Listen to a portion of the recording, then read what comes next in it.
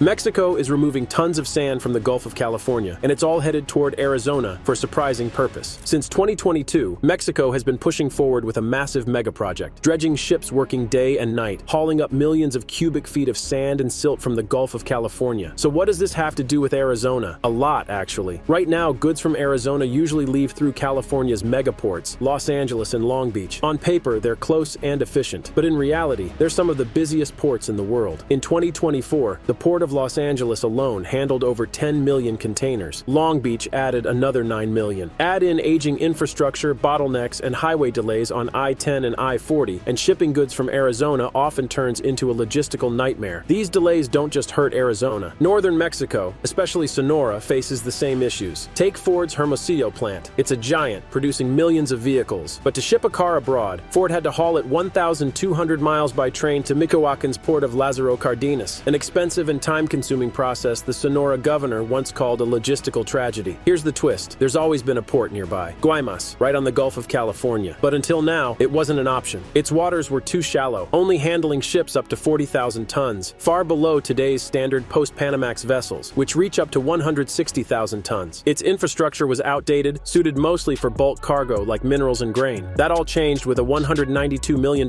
modernization project. Starting in 2022, dredging deepened the port to handle ships up to 100,000 tons. Security was upgraded with naval-grade infrastructure, breakwaters, and AI-powered surveillance. New refrigerated warehouses were added for seafood and perishables. Old piers were modernized, cruise docks repurposed for vehicles, and massive parking platforms built for car exports. Rail lines were expanded to cut shipping distance from 1,200 miles down to just 62. By 2024, it was already paying off. Ford shipped its first batch of Broncos and pickups straight from Hermosillo to Chile faster, cheaper, and smoother. The new route is expected to slash Ford's costs by 30%. And it's not just Ford. Arizona companies now have an alternative to California's clogged ports. Mining, automotive, and food industries can all tap into Guaymas. Copper. Shipments from Arizona, for example, already flow through Guaymas to China, and between 2002 and 2019, those exports grew an insane 38,000%, reaching $1.6 billion.